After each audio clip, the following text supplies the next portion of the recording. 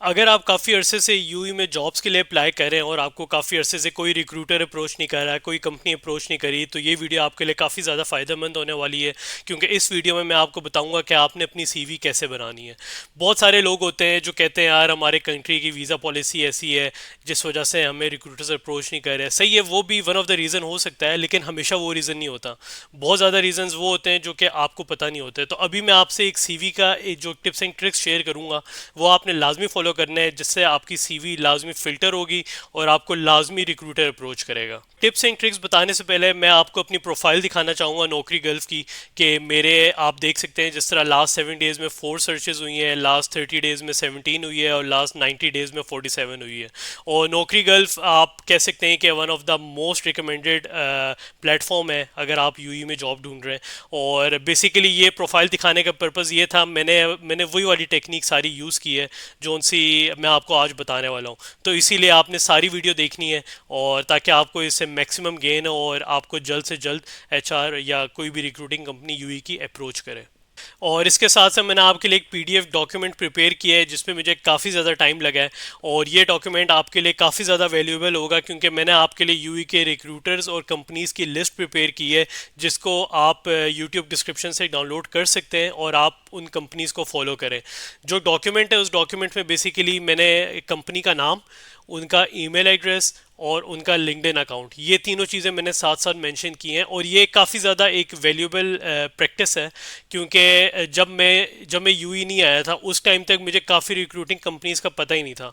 तो बेहतर है आप जैसे ही अपनी सीवी प्रिपेयर करेंगे, आपने बस ये डॉक्यूमेंट डाउनलोड करना है। इसके अंदर जोन जोन सी कंपनीज, जोन जोन से रिक्रूटर डॉक्यूमेंट में मेंशन है, आपने बस उनको रीच आउट करना है। तो ये आप समझ लें आपकी मैंने 50% एफर्ट कम कर लिया। तो चले अब मैं आपको बता देता हूँ कि आपने अपने सीवी के बुलेट पॉइंट्स कैसे रखने हैं। अगर आप सॉफ्टवेयर इंजीनियर है, एक डाटा साइंटिस्ट है, एक डाटा इंजीनियर है, या कोई भी टेक डोमेन से आप हैं, तो आपने सबसे पहले ये काम करना है कि आपने अपने रोल को बहुत ज़्यादा स्पेसिफिक कर लेना है।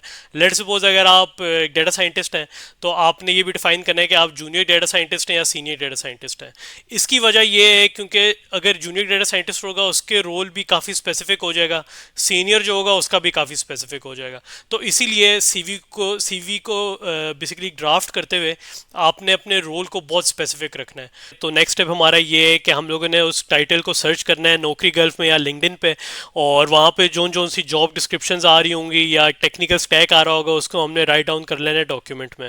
तो वन बाय वन ये स्टेप आपके साथ कर लेता हूँ मैं, ताकि आपको आइडिया हो जाए और हम लोग सेम पेज पे हों। तो टाइटल जोन सा हमने सर्च करना है, जोन सा हमने फाइनलाइज किया है, वो let's suppose senior data scientist है। ठीक है, अब मैं क्या करूँगा, अब मैं इस टाइटल को कॉपी करूँगा।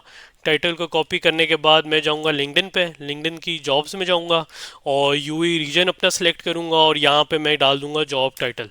ठीक है, अब सीनियर डेटा साइंटिस्ट में लिखा, देखिए यहाँ पे काफ़ी ज़्यादा जॉब्स आ गई हैं। लेट्स सपोज पहली वाली उठाते हैं हम। पहली वाली पे जोन सी ड्यूटीज़ एंड रिस्पॉन्सिबिलिटीज़ हैं, इनको हमने कॉपी किया। कॉपी करने के बाद हम लोगों ने यहाँ पे एक हेडिंग दी डिस्क्रिप्शन की, और यहाँ पे आके हमने प्लेस कर दिया।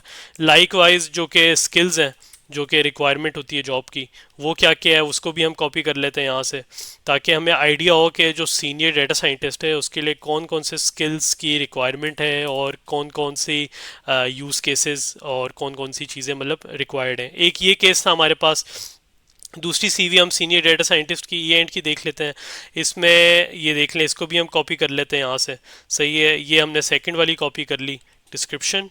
ये हमने यहाँ पे हेडिंग दे दी 1 की, और उसके बाद हमने यहाँ पे हेडिंग दे दी सेकंड की। यहाँ पे हमने कॉपी कर दिया डिस्क्रिप्शन को, और इसी तरह हम लोग स्किल्स को भी कॉपी कर लेते हैं।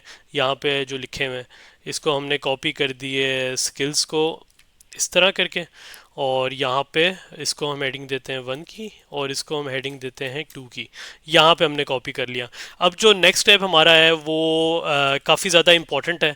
एक दफ़ा आपने इसी तरह तकरीबन 15 to 20 जो जॉब डिस्क्रिप्शंस हैं उनको आपने अपने पास कॉपी करना है। फिर आपने बड़ा केयरफुली एनालाइज करना है कि यार कौन सा कीवर्ड है जो कि बार बार रिपीट हो रहा है। जोन सा कीवर्ड बार बार रिपीट हो रहा होगा, आपने उसको अपने पास बोल्ड कर देना है डॉक्यूमेंट में। लाइक वाइज स्किल के लिए भी आपने यही करना है कि कौन कौन से स्किल मतलब ज़्यादा जो जॉब्स हैं वो रिक्वायर करी हैं, आपने उनको बोल्ड कर देना है, और फिर आपने ये चीज़ें यूटिलाइज करनी है अपनी सीवी में। तो चलें, फ़िलहाल तक हमने जो प्रैक्टिस की है मैं आपको बता देता हूँ कि पहली डिस्क्रिप्शन ये थी। इसमें जो सा मुझे कीवर्ड लग रहा है वो problem data analysis machine deployment of machine learning लग रहा है मुझे, ठीक है। ये एक कीवर्ड है, सही है। इसको मैं बोल्ड कर देता हूँ ताकि वो हो जाए, बोल्ड की ऑप्शन ये हमने कर दिया, ठीक है। दूसरी चीज़ हम लोग कहते हैं कि एक data science project implement machine learning algorithms, ये वाला जो कीवर्ड है ये भी काफ़ी जॉब्स में यूज़ होता है, सही है। कॉम्प्लेक्स बिजनेस प्रॉब्लम, ये भी एक यूज़ होता है, ठीक है। और उसके साथ साथ अगर मैं बात करूँ, ये हो गया। फिर उसके बाद एक्सप्लोरेटरी डाटा एनालिसिस, ये एक बहुत मेजर कीवर्ड है जो कि यूज़ होता है जॉब्स में, सही है। इसको मैंने कर दिया। दूसरी जॉब से भी मैं उठा लेता हूँ एक्शनेबल इंसाइट्स, ठीक है। ये भी यूज़ होता है काफ़ी ज़्यादा हर जॉब में, इसको मैंने कर दिया। फिर उसके बाद पेगा प्रिडिक्टिव एनालिटिक्स, ये एक यूज़ होता है, ठीक है। और फ़ॉन्ट को हम कर देते हैं बोल्ड, ठीक है। ये कर लिया। Customer engagement, optimise customer engagement, ये भी एक यूज़ केस बताता है डेटा साइंस का, तो इसको भी हमने बोल्ड कर लेते हैं यहाँ पे।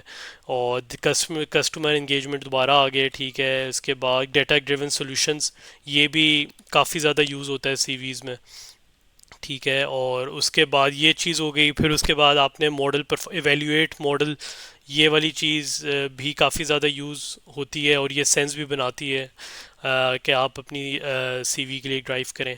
उसके बाद लेटेस्ट डेवलपमेंट, ये सब नॉर्मल है। फिर स्किल्स की बात करें तो पाइथन, सीक्वल, एज्योर, ये तीनों चीज़ें मतलब काफ़ी ज़्यादा स्किल रिक्वायर होता है और जॉब में दिया होता है, तो इसको भी हम लोग बोल्ड कर देते हैं, ठीक है। उसके बाद हम जाते हैं आर्टिफिशियल इंटेलिजेंस, ये एक बज़वर्ड है आजकल, इसको भी हम कर देते हैं क्योंकि ये आपने लाजमी सीवी में लिखना है अगर आप डेटा साइंटिस्ट हैं या एआई इंजीनियर की तरफ जा रहे हैं।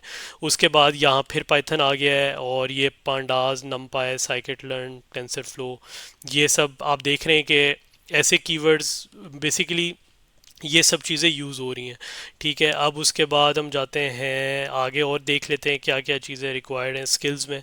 यहाँ पे और कोई स्किल वगैरह नहीं लिखा हुआ। तो चले, अभी हम लोगों ने क्या किया, हम लोगों ने डॉक्यूमेंट्स लिए, जॉब डिस्क्रिप्शंस लिए, स्किल्स लिए, वहाँ से हमने कुछ कीवर्ड्स आइडेंटिफाई कर लिए। और अब जो मैं आप बताने वाला हूँ वो बहुत ज़्यादा इंपॉर्टेंट है, उस पर आपने बिल्कुल कॉम्प्रोमाइज़ नहीं करना, ठीक है। उसमें आप बेसिकली चैट जीपीटी की भी हेल्प ले सकते हैं, ठीक है। और ये कि देखें, जो भी आपका सीवी का बुलेट पॉइंट होगा उसमें आपने तीन चीज़ें लाजमी डालनी है। एक होगा आपका यूज़ केस, एक होगी टेक्निकल स्टैक, और एक होगा impact.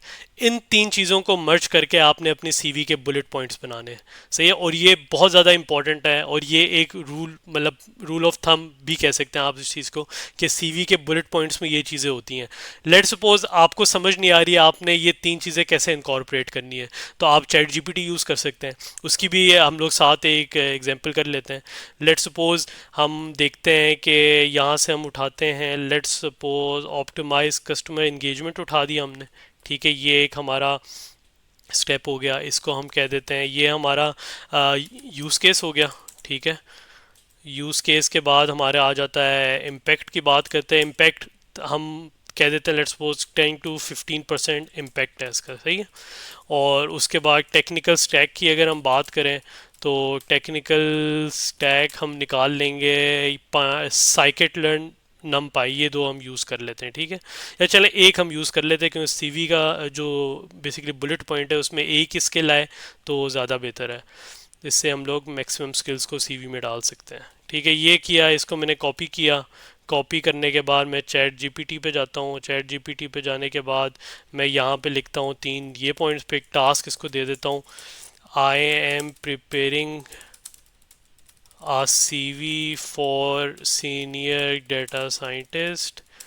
I want to create a bullet point which will include the above points mentioned, ठीक है, अब ये देखते हैं, ये आपके सामने एक छोटा सा पॉइंट आपको बना के दे देगा। सही है। देखिए, optimising e commerce engagement strategy for the e commerce.